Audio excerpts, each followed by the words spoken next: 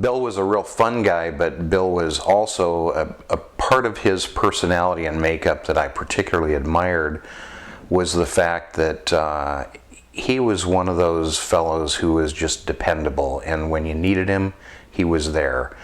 When Kay's dad had surgery, heart surgery, and wasn't able to do some of the physical things that he liked to do as far as maintenance and keeping up the yard around the place, Bill didn't need to be asked or anything. He'd just show up and mow the lawn and take care of things at the house there, and did so many kind things for Archie and Dorothy. And in return, sometimes there was a little price to be paid. I remember one time we arrived and here were about a dozen beehives out on the back side of the property with bees buzzing everywhere. And I asked Archie, what that was all about. And he said, well, that's Bill. He's decided he's going to produce honey. My dad never had regular hobbies.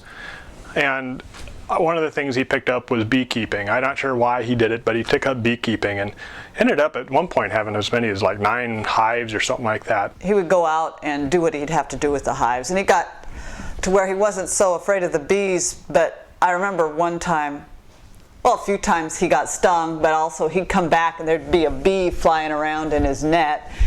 And we wouldn't want to panic him, but we'd say, hang on, Dad, we need to adjust this. You got a bee in your in your net here. He goes, oh, that could be disconcerting. I went with him several times. It was, in the 80s that he was doing this, and I went with him several times. I mean, I had a kind of a bee suit, but I pretty nervous around bees, and I helped him some, but it was always a little nerve-wracking. I guess when I had the suit on, it wasn't too bad.